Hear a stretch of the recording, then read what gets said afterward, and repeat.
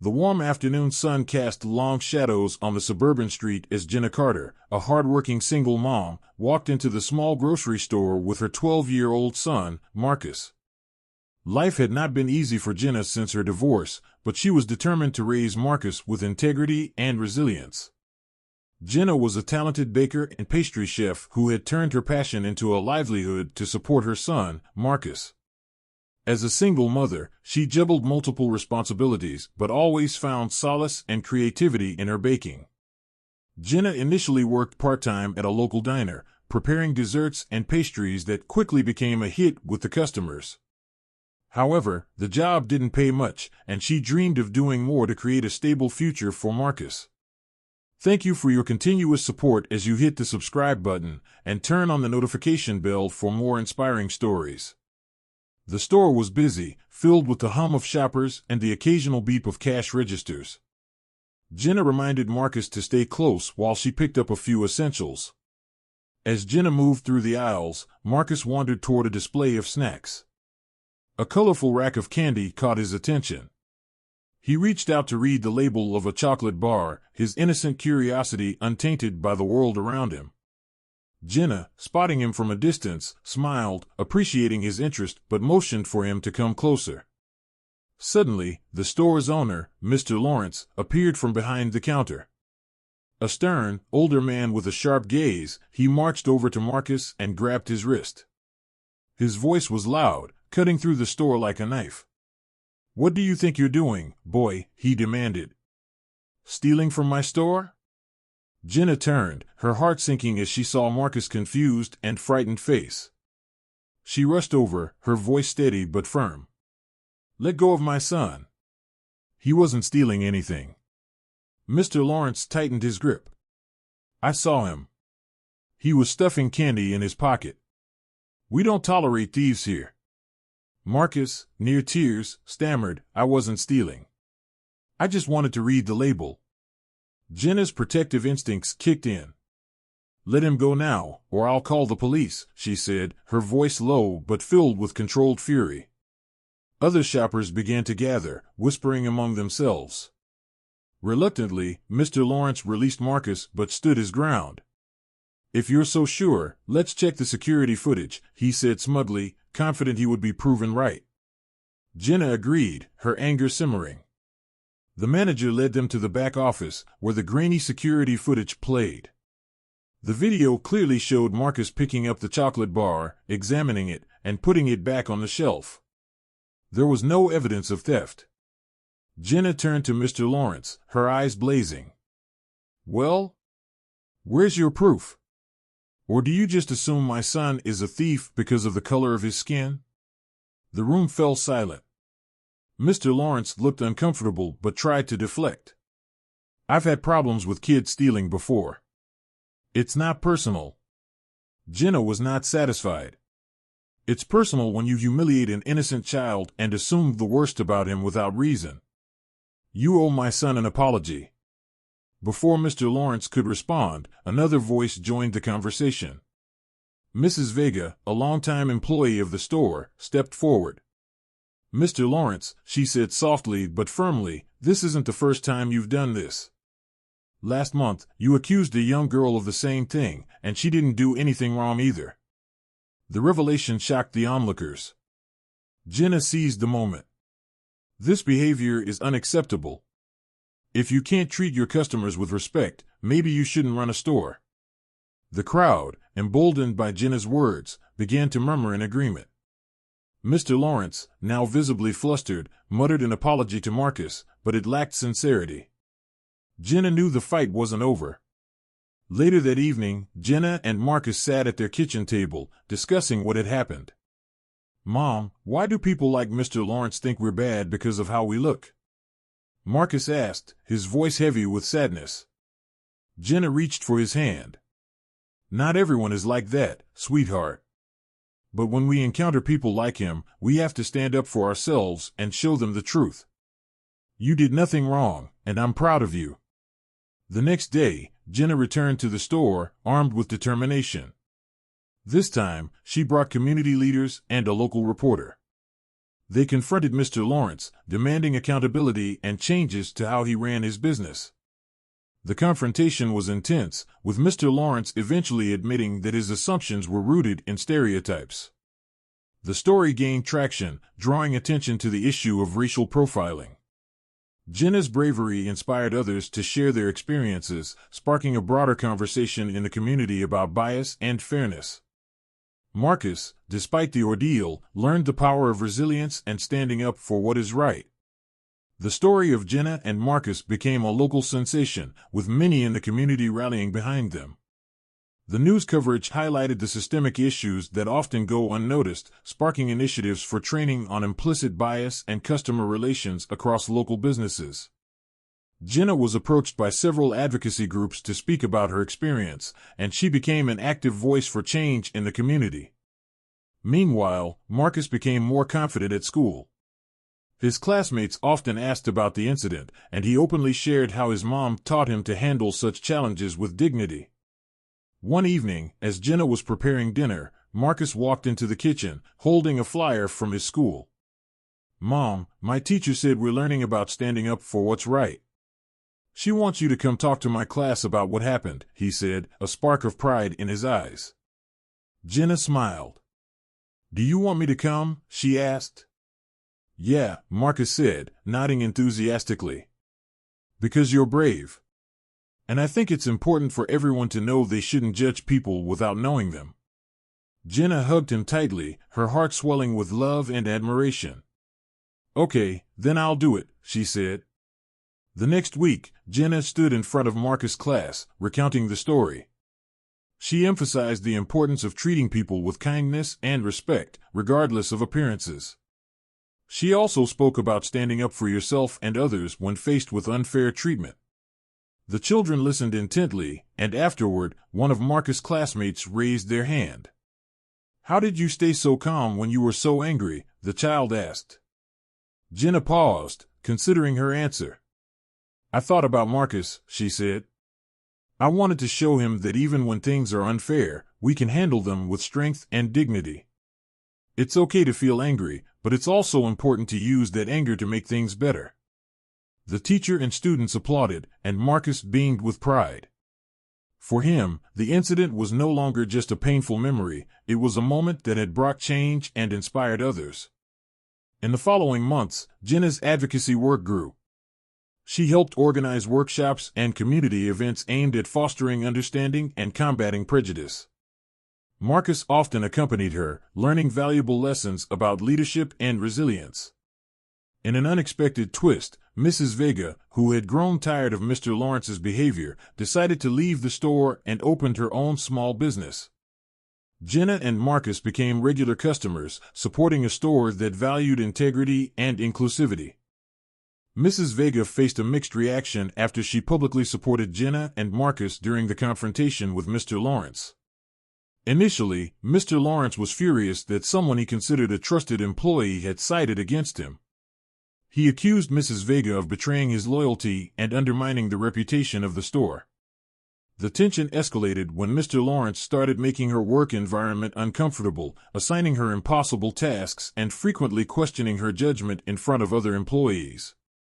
Mrs. Vega tried to maintain her professionalism, but it became clear that the hostility was a direct result of her siding with Jenna. She confided in Jenna about the situation, who advised her to stand firm but also to prioritize her well-being. The breaking point came when Mr. Lawrence publicly berated Mrs. Vega during a staff meeting, blaming her for a dip in sales that had nothing to do with her responsibilities. It was then that she realized staying at the store was no longer tenable. Before quitting, Mrs. Vega left a heartfelt note for Mr. Lawrence. In it, she expressed her disappointment in his inability to see her as more than an employee who disagreed with him. She wrote that her decision to support Jenna was about standing up for what was right and that she hoped he would eventually understand her perspective. After leaving, Mrs. Vega took a bold step to open her own small business, a modest but vibrant cafe that quickly became a local favorite. She poured her heart into the cafe, creating a warm and welcoming space that celebrated diversity and community. She also began sourcing baked goods from local vendors, including Jenna, who had started her own side business making organic treats. While Mrs. Vega thrived in her new venture, the fallout with Mr. Lawrence left an undeniable mark on their relationship. He avoided her in public, and despite their past camaraderie, there was no reconciliation between them for a long time. Meanwhile, talking about sourcing baked goods from vendors like Jenna by Mrs. Vega. It was after the incident at Mr. Lawrence's store, Jenna realized the need to establish herself independently and take control of her narrative. Encouraged by the support she received from Mrs. Vega and the community, Jenna decided to start her own small business making baked goods. She began by baking out of her home kitchen, focusing on unique, wholesome recipes that featured organic and locally sourced ingredients. She specialized in cookies, muffins, artisan bread, and specialty cakes, each item made with meticulous care and love. When Mrs. Vega opened her cafe, she reached out to Jenna and offered to feature her baked goods as part of the menu. The collaboration was mutually beneficial. Mrs. Vega wanted to support local talent, and Jenna's delicious creations added a personal touch to the cafe. Jenna's business began to grow steadily as her reputation for high-quality and flavorful baked goods spread. She started receiving orders for events like birthday parties, community gatherings, and school fundraisers. While managing her baking business, Jenna also maintained her role as a devoted mother to Marcus. She often involved him in the process, teaching him how to mix dough or decorate cookies. It became their special bonding time and a way to reinforce the values of hard work and creativity. The partnership with Mrs. Vega's cafe gave Jenna the financial stability she had long sought, and she eventually saved enough to rent a small commercial kitchen space. From there, she expanded her operations, hiring a few assistants to help with larger orders. Despite the challenges of being a single mother and a small business owner, Jenna's resilience and determination paid off. She transformed a moment of injustice into an opportunity to build something meaningful for her family and her community. At the same time, Mr. Lawrence's absence from the store created rumors. Some in the community speculated he had left town in shame, while others believed he was quietly trying to atone for his mistakes. Jenna discovered through a friend that Mr. Lawrence had begun attending racial equity seminars. She felt conflicted. On one hand, she was glad he was learning, but on the other, she couldn't forget the pain his actions caused Marcus. Months later, Mr. Lawrence announced his retirement, and the store was sold to new owners who prioritized community and respect. Jenna and Marcus continued to thrive, their bond stronger than ever.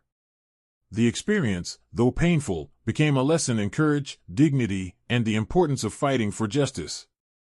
As for Mr. Lawrence, he retired quietly, but not without reflecting on the damage his assumptions had caused. A neighbor who knew him well shared that he had started attending community events and learning sessions about bias.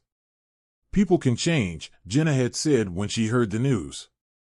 It doesn't excuse what he did, but it's a start. The new store owners reached out to Jenna, asking for her input on creating a more welcoming environment. Jenna was hesitant at first, but ultimately agreed. She wanted to ensure that no one else had to endure what she and Marcus had experienced. Years later, Marcus stood at his high school graduation, delivering a powerful speech about overcoming adversity and the importance of standing up for what is right. Jenna, sitting proudly in the audience, felt tears well up in her eyes as Marcus said, "My mom taught me that courage isn't just about fighting back, it's about making a difference. And because of her, I know I can." The story of Jenna and Marcus became a beacon of hope in their community, a testament to the strength of a mother's love and the power of resilience. It showed that even in the face of prejudice and injustice, one voice, one stand, can inspire a wave of change. The aftermath of Jenna's community work extended beyond her local town, gaining attention from regional news outlets and social media influencers. Jenna was invited to participate in several panel discussions on bias, parenting, and the importance of accountability in businesses. While nervous about stepping into the spotlight, Jenna knew the platform could amplify her voice for change. After Mr. Lawrence's eventual personal growth and his efforts to atone for his actions, he stopped by Mrs. Vega's cafe one day, unannounced. The visit was brief, with Mr. Lawrence apologizing for how he had treated her and wishing her success. Mrs. Vega accepted his apology but kept her boundaries firm, knowing that forgiveness didn't mean forgetting. She was proud of her decision to stand up for Jenna and Marcus, and the experience had taught her the value of integrity and the strength it takes to walk away from toxic situations.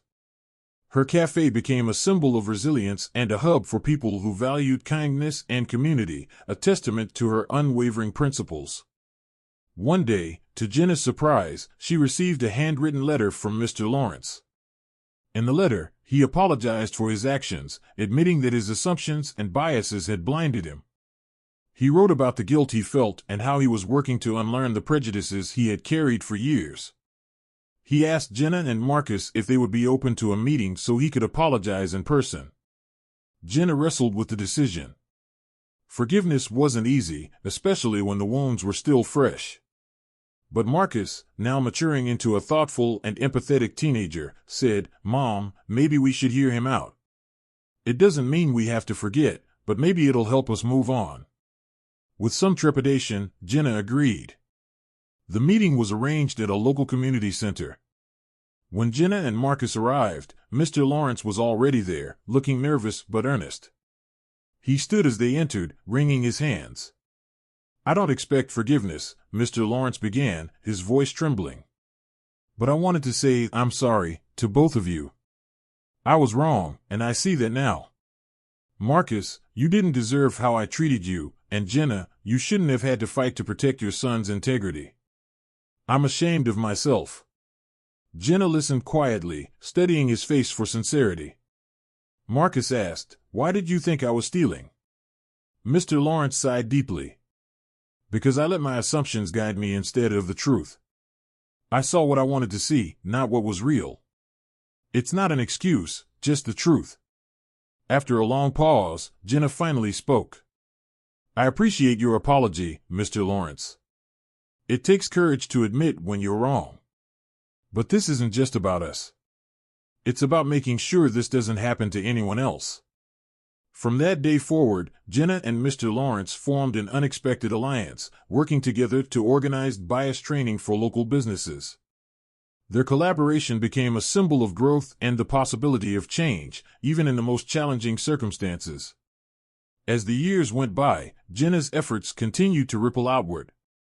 She founded a nonprofit dedicated to fostering inclusivity and combating prejudice.